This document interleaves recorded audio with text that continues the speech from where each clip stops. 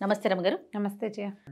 అందరికీ తెలిసిన విషయమే, కానీ ఇంకొకసారి నాగారాధన భారతదేశంలో అతి పురాతనమైన సంప్రదాయం. నాగులు, గరుడులు, తర్వాత పన్నగులు, ఇట్లా వేరు జాతులు ఉన్నాయని చెప్పుకుంటారు. మనకి పురాణాల్లో చెప్పబడుతుంది. కొంచెం భయంతో కూడిన భక్తి ఉంటుంది కదా రమగారు. సర్పాలంటే భయం. అవి ఎప్పుడు తిరగబడతాయో తెలియదు, కోపగించుకుంటాయి తొందరగా, తప్పు చేసే ఏదన్నా అవుతుందేమో అలాంటి భయాలు ఎక్కువ ఉంటాయి. సర్ప సంబంధమైన భయాలు, అనుమానాలు ఎక్కువ ఉంటాయి. మనకి జాతకాలు చూసేటప్పుడు కూడా నాగదోషం ఉంది, నాగదోషం ఉందని, కేతువులో నీచంలో ఉన్నాడు, ఉచ్చంలో ఉన్నాడు, కేతువు వల్ల ఇదవుతుంది, సుబ్రహ్మణ్య ఆరాధన చేయండి, నాగారాధన చేయండి, నాగశిలలను స్థాపించండి, నాగ ప్రతిష్ఠ చేయండి అని చెప్తారు. నాగారాధన ఎందుకు చేస్తారు? ప్రధానంగా సంతానం కోసం చేస్తారు. అయితే నాగులు ప్రధానంగా రైతులకి బంధువులుగా ఉంటారు. పొలం పనులు చేసే వాళ్ళకి ఏంటంటే పొలాల్లో వచ్చేటువంటి రకరకాల ఈ ఎలుకలు, ముంగీసలు లాంటి వాటితో సమస్యలు ఉంటాయి. ఎలుకలతో చాలా ప్రాబ్లం ఉంటుంది పొలాల్లో. అలాంటప్పుడు ఏం చేస్తారంటే ఆ ఎలుకలకి శత్రువైనటువంటి, ఎలుకల్ని ఆహారంగా భుజించగలిగేటువంటి పాములని ఆరాధించటం. అవును, సంవత్సరంలో ఒక్కరోజు. ఇదే కాకుండా మనం సుబ్బరాయ షష్ఠి ఒకటి చేసుకుంటాం, సుబ్రహ్మణ్య ఆరాధన, అది నాగారాధన. తర్వాత నాగ పంచమి శ్రావణంలో ఒకసారి చేస్తాం. సంవత్సరంలో 3 సార్లు చేస్తాం. ఒక్కసారైనా పాములకు పెట్టాలని భావిస్తారు. పాముకి పాలు పోయటం. సర్పం నిజంగా పాలు తాగుతుందో లేదో మనకు తెలియదు. రోజు పాలు పోస్తే పాములు తాగుతాయి అన్నమాట కూడా మనకు తెలియదు. కథల్లో వింటూ ఉంటాం, సినిమాలో కూడా చూస్తాం. పాలు పోస్తుంటే పాము తాగేసేయటం, పళ్ళెల్లో పెడితే పాలు తాగి వెళ్ళిపోయింది అని. అవైతే సైంటిఫిక్గా ఏమీ ప్రూవ్ అయినవే కాదు. ఇప్పుడు మనం చేస్తున్నది నిజమయ్యి ఉండకపోవచ్చు కూడా. మన నమ్మకం. ఒక జాతి మనుషులు ఉండేవాళ్ళు, నాగజాతి వాళ్ళు, ఇలాంటి పొలాల రక్షణ అది చేసేవాళ్ళు. ఈ సంతానం కలగని వాళ్ళకి వాళ్ళు ఏదైనా చేసేవాళ్ళేమో బహుశా, అలాంటిది ఏదైనా ఉండుంటుంది. కాకపోతే ఈ కొన్ని వేల సంవత్సరాల నుంచి ఈ సాంప్రదాయం నాగారాధన, సర్పారాధన మనకు ఉండిపోయింది, వచ్చేసింది. ఏం చేస్తాము? నాగుల చవితి రోజున పొద్దున్నే తలస్నానం చేసేసి, ఎలాగూ కార్తీకమంతా నెత్తి మీద నీళ్లు పోసుకుంటాం, నూనె రాసుకుని స్నానం చేయటం, నెత్తి మీద నీళ్ళే పోసుకుంటాం. అవును, ఇప్పుడు మనకు అవకాశం ఉంది కాబట్టి షాంపూ పెట్టి రుద్దేసుకుంటాం, మరి పిచ్చిగా లేకుండా జుట్టు. అయితే స్నానం చేయటం, చిమ్మిరి చలిమిడి చేసుకోవటం. నాగులకి పెట్టవలసింది ప్రధానంగా ఏంటంటే బియ్యపిండితో చేసేటువంటి చలిమిడి, తర్వాత నువ్వులతోటి చేసేటువంటి చిమ్మిరి, ఈ రెండూ చేసుకుంటారు. అంత చలిమిడి, ఇంత చిమ్మిరి చేసుకోవటం. కాసిన అరటిపళ్ళు తీసుకుంటారు, కాసిన పాలు పట్టుకెళ్తారు. కొంతమంది పుట్ట దగ్గర, అంటే ఇది పాలు పోయటం అనగానే సర్పాలు ఎక్కడ ఉంటాయి? సహజంగా పుట్టల్లో ఉంటాయి. పుట్టలో పాలు పోయటం అనేదే విధానంగా మనకు కనపడుతుంది. ఆ పుట్టలు లేవు సమీపంలో. దేవాలయాల్లో ఉన్నటువంటి నాగప్రతిష్టల దగ్గర పాలు పోయటం కూడా కనిపిస్తుంది. ఇళ్లలోనే పుట్టను చేసుకుని పుట్టలో పాలు పోసే విధానం ఇంకొన్ని చోట్ల కనిపిస్తుంది. ఏది కుదిరితే అది.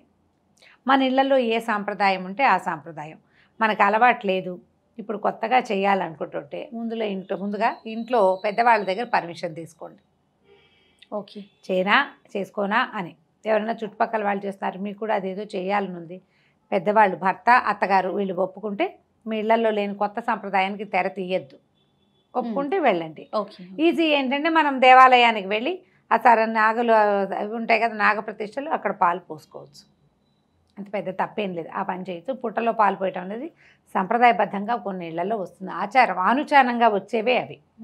అయితే ఈ పట్టుకెళ్ళిన చిమ్మిరి చలిమిడి రెండు పట్టుకెళ్తాం. అరటిపళ్ళు, కొంచెం బియ్యపిండి కూడా పట్టుకెళ్తాం.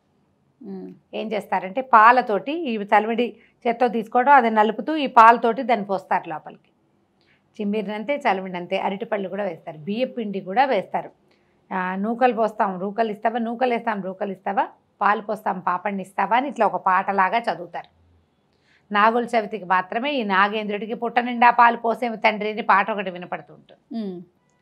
ఎందుకంటే ఇది ఎందుకు చేసేవాళ్ళు? పూర్వకాలం అంతా మనకి ఎలా ఉండేవి ఊళ్ళు, ఇప్పట్లాగా ఇన్ని ఇళ్ళు వాకిళ్ళు ఎక్కడున్నాయి? పుట్టలు పెరిగిపోయేవి, చీమలు పుట్టలు పెట్టేవి, సర్పాలు అందులో ఉండేవి. ఈ పిల్ల పాప తిరిగేవాళ్ళు. పల్లెటూర్లు, చిన్న ఊళ్ళు, చిట్టడవులు, కారడవులు, వాటి మధ్యలో కొన్ని జనావాసాలు ఉండేవి. వీళ్ళు రాత్రి పగలు ఎక్కడికైనా తిరిగేటప్పుడు ఆ పాముకి కనుక పాలు పోయకపోతే ఆ పాము అటు వచ్చిన వాడిని గుర్తించక కాటేస్తుందని. అట్లా ఎట్లా గుర్తిస్తుంది అండి? నువ్వు సైంటిఫిక్ రీజన్లు తీస్తే చెప్పలేకపోతాం, అంతే. అలా ఉండేది సాంప్రదాయం. అదేనండి. పాటలు కూడా అంతే. నీ పుట్టదరికి పాపలు వచ్చేరు, పిల్లలకి పాపుణ్యాలు తెలియవు, వాళ్ళని కాటేయచ్చు మాకు అని, ఏం చెయ్యొద్దు అని చెప్పేసి దివ్యసుందర నాగుడు అని నాగుడు ఎంత అత్యద్భుతమైన స్వరూపం కలిగిన వాడు అని అట్లా పూజించి ఆయనని ప్రసన్నం చేసుకునేవాళ్ళు. నాగేంద్రుడిని ప్రసన్నం చేసుకుంటే నాగజాతి అంతా మనకి సహాయకారిగా ఉంటుంది. పొలాలప్పుడు వ్యవసాయాలప్పుడు సహాయకారులుగా ఉంటారు, ఎలుకల్ని తినేస్తాయి పాములు. అందుకని అదొకటి. ఇదివరకు ఏం చేసేవాళ్ళు అంటే పూర్వం ఒక రైతు నాగలితో దున్నేటప్పుడు ఒక పుట్టంతా దున్నేసేట. పాము ఎక్కడో షికారు వెళ్ళింది, గుడ్డులు లోపల ఉన్నటువంటి గుడ్లు చితిపోయి కొన్ని పిల్లలైన పిల్ల పాములన్నీ మరణించినాయి ఆ తవ్వకాలంలో. దాంతో సర్పానికి విపరీతమైన కోపం వచ్చిందంటే విషం జిమ్మింది, ఈయన కళ్ళు పోయినట రైతుకి. పూర్వం చెప్తారు ఈ కథ. అందుకని ఈ నాగలు దున్నే వాళ్ళు కూడా చవితి నాడు నాగలు పట్టుకోరు, నాగలు చేయకూడదు అంటారు. తర్వాత సాయంకాలం అయ్యాక ఇంకా భోజనం చెయ్యరు. పగలు భోజనం చేసి రాత్రి ఉపవాసం ఉండటం ఒక విధానంగా కనిపిస్తుంది. సాయంకాలం 6 అయ్యేసరికల్లా అంటే సూర్యాస్తమయం అవ్వగానే పాము పడుకుంటుంది, శబ్దం చేయకూడదని, ఏమీ తినకూడదు అనుకుంటారు. పొద్దున్న చిమిరి చలిమిడి ఇవి నైవేద్యం పెట్టారు కదా, వాటితోటే రోజంతా ఉండి మర్నాడు పొద్దున ఉపవాస విరమణ చేసే విధానం కూడా కనిపిస్తుంది. అయితే ఇది కార్తీకం కదా, ఈ ఒకరోజు పగలు భోజనం చేసి రాత్రి ఉపవాసం ఉండటం కూడా పెట్టుకోవచ్చు మన విధానాన్ని బట్టి, ఇళ్లల్లో ఉన్నదాన్ని బట్టి. లేదా సాధారణ నియమం ఏంటంటే కూరలు తరగరు. ఇప్పుడు కూర తరిగేటప్పుడు తరిగిన కూర తినకూడదు. కూర తరిగేటప్పుడు అందులో ఏదైనా పురుగు లాంటిది కత్తితో తరిగినవి తినకూడదని వింటాం. కత్తితో తరిగిన తినకూడదు, పెట్టకూడదు, వండకూడదు, తరగకూడదు. అంతే, అసలు తరగకూడదు అంటే దాని జోలికి పోము. ఏదో తేలిక చేసుకుంటాం, పప్పు అవి చేసుకోవచ్చు. దాంట్లో చిదిం వేయగలిగే ఆకుకూర పప్పు అలాంటివి చేసుకుంటాము. ఏ శనగలో ఉంటే వాటిని కూర చేసుకుని సాతాళించుకుని తినేవాళ్ళు పద్ధతి అంతే. అది ఈ విధానంగా మనం సర్పారాధన చేసుకోవచ్చు. సుబ్రహ్మణ్య స్వామి అష్టకం చదువుకోవటం, సుబ్రహ్మణ్య భుజంగ ప్రయాతము అలాంటివి చదువుకోవటం, నాగులకు సంబంధించినటువంటి ప్రత్యేకమైన శ్లోకాలు కొన్ని ఉన్నాయి. ఆ నాగులకు సంబంధించిన శ్లోకాలు చదువుకుంటే సర్పదోషాల వల్ల సంతానం కలగని వాళ్ళకి ఈ స్తోత్రాల వల్ల చాలా విశేషమైన ఫలితం లభిస్తుంది. ఉదంకుడి నాగస్తోత్రం చాలా ప్రత్యేకమైనది, మహాభారత అంతర్గతంగా ఉంటుంది, సంస్కృతంలోనే ఉంది, తెలుగులో కూడా ఉంటుంది.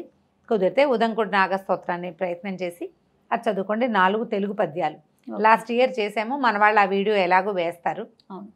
కుదిరితే అది వినండి, నేర్చుకోండి, మీరంతటా మీరే ప్రయత్నం చేసి చేసుకోవచ్చు. ఇంట్లో కలుగు పెట్టి చేసుకునేటప్పుడు కూడా గోధుమ పిండితోటి చిన్నగా పిండి గట్టిగా కలిపేసి ఒక గోడకి ఆ గోధుమ పిండిని ఇట్లా దొన్నెలాగా అంటిస్తారు, ఓ హోల్ చేస్తారు. ఇందులో పాలు పోసుకుంటాం. ఆ లోపల ఏం చేస్తామంటే పాము పడగ, చిన్న వెండి పడగలు పెట్టుకుంటాం. లేదా గోధుమ పిండితోటే చిన్నగా పాము స్వరూపంలాగా చేసి 3 చుట్టలు చుట్టి ఇట్లా ఉన్నట్టుగా చేసుకోవాలి. గోధుమ పిండి పాములు చేస్తారు, పిల్లలు కూడా చేస్తారు.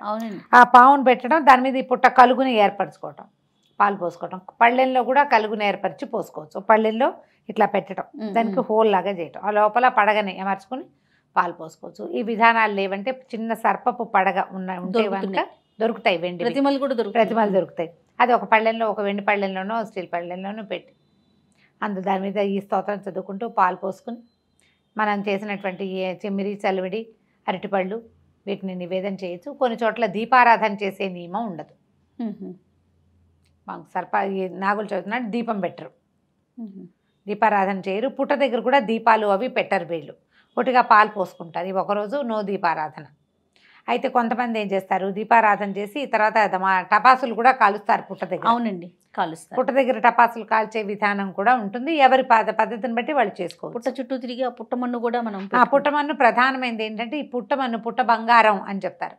ఆ మన్నుని చెవులకు పెట్టుకుంటే చెవికి సంబంధించిన సమస్యలు తీరిపోతాయని, పిల్లలకి ఆరోగ్యానికి మంచిదని చెప్తారు. పుట్టమన్ను తెచ్చి తప్పకుండా పిల్లలకి పెట్టాలి. పుట్టమన్నులో కొన్ని రకాల ఆరోగ్యకరమైన ఎలిమెంట్స్ ఉంటాయి, అందుకని ప్రధానంగా పెట్టమంటారు. పుట్టలు చీమలు తవ్వుతాయి కదా, గుల్లగా అయిపోతుంది మట్టి, మృదువుగా ఉంటుంది.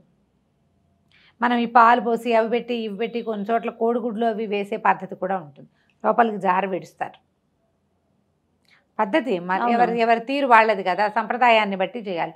అంటే ఇప్పుడు గుడ్లు తినని వాళ్ళు కూడా గుడ్లు వేసే సంప్రదాయాలు కనపడతాయి. తినేవాళ్లే వేస్తారని అనుకోవడానికి వీల్లేదు, తినని కమ్యూనిటీస్ వాళ్ళు కూడా వేస్తారు. దీపాలు పెట్టుకుంటారు. ఇంట్లో కూడా దీపం పెట్టకూడదనే నియమం కొన్ని కుటుంబాల్లో ఉంటుంది.